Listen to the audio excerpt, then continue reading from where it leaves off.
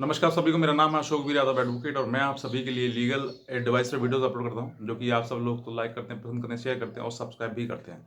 और अब तक अगर आपने इस चैनल को सब्सक्राइब नहीं किया तो तुरंत करिएगा और दूसरे लोगों तक भी इस जानकारी को जरूर शेयर करिएगा। बहरहाल आज हम बात करते हैं कि जो पत्नी है, ऐसा मेरे पास कई लोगों ने मैसेज किया है कि सर हमारी पत्नी हमसे अब समझौता करना चाहती है, कॉम्प्रोमाइज़ करना चाहती है। और कॉम्प्रोमाइज़ जो है वो पैसा लेके करना चाहती है। वो सोचती है कि अब हमें साथ नहीं देना है, आप इतना पैसा दे दीजिए। इतना कितना कि जो मतलब हमारी शादी में खर्च हुआ था उसका मतलब सपोज़ एग्ज़ाम्पल है कि 5 लाख खर्च हुआ तो उसका कम से कम 10 लाख के आस-पास बताती है, ताकि वो लटक के जो है इंसान 6, 7, 8 लाख पर टिक जाए। तो ये कॉम्प्रोमाइज़ के आधार पे इतनी बड़ी मोटी रकम माँगी जाती है आपसे। और जब इतनी मोटी रकम माँगी जाती है तो फिर आपको मन में घबराहट होती है कि यार इतना पैसा मैं कहाँ से दूँगा? तो ये आज का जो सवाल है वो ये है कि अपनी पत्नी को इतना पैसा देना चाहिए सेटलमेंट के नाम पर या फिर नहीं देना चाहिए, और कितना पैसा देना चाहिए अगर देना हो तो।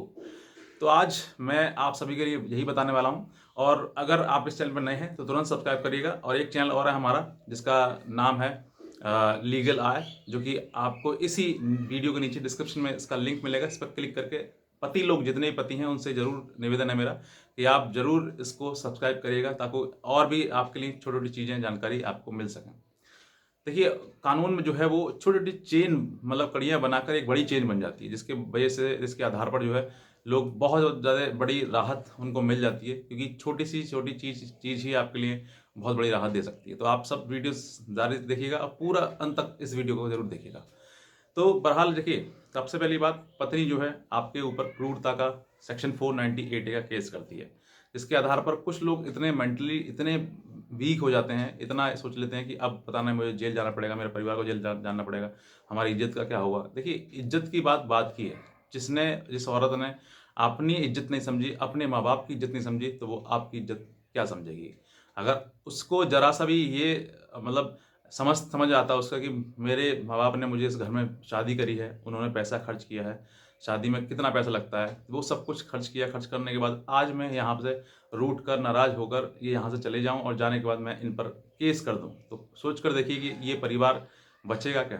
क्या ये घर परिवार किसी प्रकार से, वो तो बात की बात है कि पति फिर भी इतना सब कुछ होने के बाद अपना सब कुछ जो मान-सम्मान है उसको साइड करने के बाद, जितना भी टॉर्चर जितना भी उन्होंने सहा है, सब कुछ साइड करने के बाद पत्नी को फिर अपने घर में बुला लेते हैं और फिर वही रवैया दोबारा से वो दोहराना शुरू कर देती है।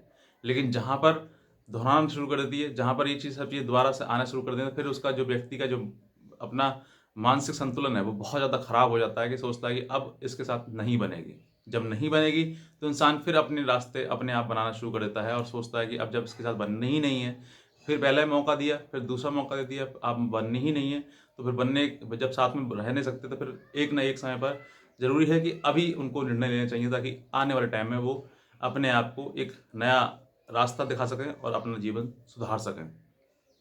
लेकिन जहाँ पर ये चीज़ें आती हैं, मतलब पैसे की डिमांड आती है आपसे, पैसा कहा कहा जाता है कि आप पैसा दो, क्योंकि पैसा दोगे तभी ये कॉम्प्रोमाइज़ होगा, आपसे पैसा माँगा जाता है। तो देखिए, सबसे पहली बात तो मैं कहता हूँ कि अगर आप पत्नी को कॉम्प्रोमाइज़ के आधार पर लाख, 2 लाख, 4 लाख, 5 लाख, 10 लाख जितना भी दे सकते हो आप।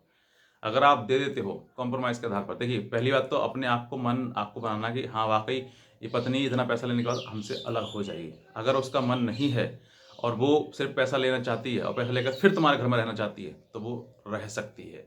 क्यों? क्योंकि उसने आपको डाइवोर्स नहीं दिया, तो पैसा ले लिया पूरा, लेने के बाद अगर आपसे वो अलग नहीं हुई तो ज़बरदस्ती कुछ नहीं है। आप ज़बरदस्ती नहीं कर सकते उससे कि हाँ, नहीं, अब तो तुम पैसा लिया तुमने, तो तलाक दो। जो पैसा दे दिया, वो आपने अपनी पत्नी को दिया है। अगर अब वो तलाक देगी, तो देगी, नहीं देगी तो कोई ज़बरदस्ती, कोई कोर्ट कचहरी, कानून ये नहीं कह सकती कि आप उसको इतना पैसा दे दिया आपने, अब आप उसको अलग कर देते हैं हम। नहीं, ऐसा नहीं है। आप बहुत सोच समझ के पैसा दें, अगर दें तो। अगर नहीं देते हैं, आपसे मान लीजिए कि आप पत्नी ये कहती है कि मैं मतलब कुछ पत्नी ऐसी कहती है मैं फैसला नहीं दूँगी या मैं तलाक नहीं दूँगी, ऐसे कहती हैं। तो देखिए, कोई दिक्कत नहीं है, केस लड़ने दीजिए, केस चलने दीजिए। अगर तुम्हारा 100 खर्च होता है तो 50 उसका भी खर्च होगा। परेशानी जितनी तुम्हें आनी है इतनी परेशानी उसको भी आनी है। परेशानी में कोई कमी नहीं है, दोनों बराबर-बराबर मिलती है। तारीख पे वो जाएगी, तारीख पे आप भी जाओगे। वकील आप करोगे तो वकील वो भी करेगी। तो दोनों को आपको लड़ना है। जब सोच कर देखिए कि जब दोनों एक ही कोलू में बराबर मतलब पेले जा रहे हों, तो दोनों को दर्द तो दोनों को ही होना है, लेकिन अगर नहीं समझ में आ रहा है पत्नी के तो मत समझने दो, उसको लड़ना है तो लड़ने दो। लेकिन सोच कर देखिए कि मैं बड़ा अमाउंट बता देता हूँ, 5 लाख रुपए आपने शादी में मतलब देने की सोच ली कि मैं पत्नी को 5 लाख रुपए दे दूंगा अगर वो मुझसे तलाक ले रही है। तो अगर 5 लाख रुपए आपकी पूरी जीवन भर अगर आप लड़ेंगे ना केस, तो पूरा जीवन भर नहीं खर्च होगा। अगर आप सही से वकील से लड़ रहे हैं तो ज़्यादा मतलब हाई फाई से ना लड़ रहे हैं, छोटे मोटे वकील से अगर लड़ पा रहे हैं अगर आपने केस, तो आपको ज़रूरत नहीं पड़ेगी कि आपका 5 लाख पूरा जीवन में खर्च भी हो जाए। लेकिन जहाँ पर आप 5 लाख एक मुश्त दे देंगे, एक ही मुश्त, तो वो 1 मिनट में 1 सेकंड में खर्च हो जाएगा, यानी कि चला जाएगा आपसे। तो आपको ये सोचनी है कि मुझे ये पैसा पत्नी को देना है या फिर नहीं देना है। पत्नी को अगर आप पैसा देते हैं तो वो फिर अगर कल को मुकर जाती है, क्योंकि ऐसे बहुत सारे केस हुए हैं जिन्होंने डाइवोर्स का पैसा भी ले लिया है, डाइवोर्स का केस भी कर दिया। क्योंकि जब जिस समय डाइवोर्स का म्यूचुअली केस फाइल होता है तो 2 मोशन में होता है उसका, यानी कि 2 स्टेप होते हैं उसके। फर्स्ट स्टेप पहली डेट लगती है, सेकंड डेट लगती है। तो फर्स्ट स्टेप में पहला तो फाइल वो कर देते हैं क्योंकि उनके सामने पैसे का लालच होता है, लाख 2 लाख 4 लाख 5 लाख जो भी मतलब पैसा होता है, तो उसका पैसे का लालच होता है, जिसकी वजह से वो फर्स्ट मोशन डाल देती है। जब वो पत्नी अपने घर जाती है वो सोचती है कि यार मैं अकेली हो जाती हूँ, मेरा कोई होगा ही नहीं, माँ बाप भी चले जाएंगे, मेरा भाई भी नहीं है, कोई भी नहीं हो जाएगा बाद में, तो फिर पति मैं क्या करूँगी अकेले। तो इससे बेहतर है कि मैं पति को तलाक नहीं देती हूँ, यानी कि वो मुकर जाती है। और जब मुकर जाती है तो पति जो है वो लटक जाता है, क्योंकि वो जितना पैसा दिया वो पैसा भी गया, समय भी गया, और अब पत्नी ने मना कर दिया। तो ये चीज़ें आपको सोचनी है कि अब फर्स्ट मोशन तो हो गया, सेकंड मोशन नहीं हुआ तो तलाक आपका ऐसा नहीं, तलाक हो गया, तलाक नहीं हुआ आपका। तो ये चीज़ें आपको रखनी है, समझनी है, क्योंकि ऐसे बहुत सारी पत्नियां हैं जो धोखा दे देती हैं बाद में, कहती कुछ है और करती कुछ है। तो जब जहाँ पर जो कहती कुछ है करती कुछ है, उस पर कैसे भरोसा कर सकते हो आप? कोई भरोसा नहीं कर सकते आप। पैसा दे दोगे, पैसा भी चला गया, पत्नी भी मतलब नहीं है उससे। तो सारे चीज़ें आपको समझनी है कि अब तक तो आपने केस लड़े, केस में पैसा खर्च किया, ठीक है, सम्मान खोया, अब आप पैसा भी खो सकते हो। तो ये चीज़ आपके लिए मैं बताना चाहूँगा। और दूसरा ये है कि जैसे मान लीजिए पैसा आप देते हैं, फर्स्ट मोशन में कैसा मतलब सेटलमेंट जो होता है जाता होता है कि मैं फर्स्ट मोशन में आधा दूँगा, सेकंड मोशन में आधा दूँगा। तो फर्स्ट मोशन में तो हो जाता है, लेकिन सेकंड मोशन हो ही नहीं पाता है। ऐसे बहुत सारे केस मेरे सामने आए हैं जिनका कि सेकंड मोशन में वो पत्नियाँ पलट जाती हैं और फिर पैसे का नाम लेती हैं कि पैसा कहाँ गया, कहाँ नहीं गया, हाँ, कौन सा पैसा, कैसा पैसा, तो पैसे ही मतलब नहीं है।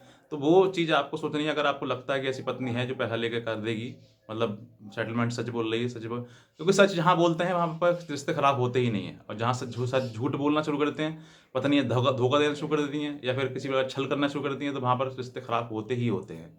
तो जैसी पत्नी को अगर लगता है आपको केस लड़ाना है तो केस लड़ाइए, और अगर आपको कहीं और जाना है, कोई और रास्ता चुनना है, तो कोई और रास्ता चुन सकते हैं आप साइलेंटली।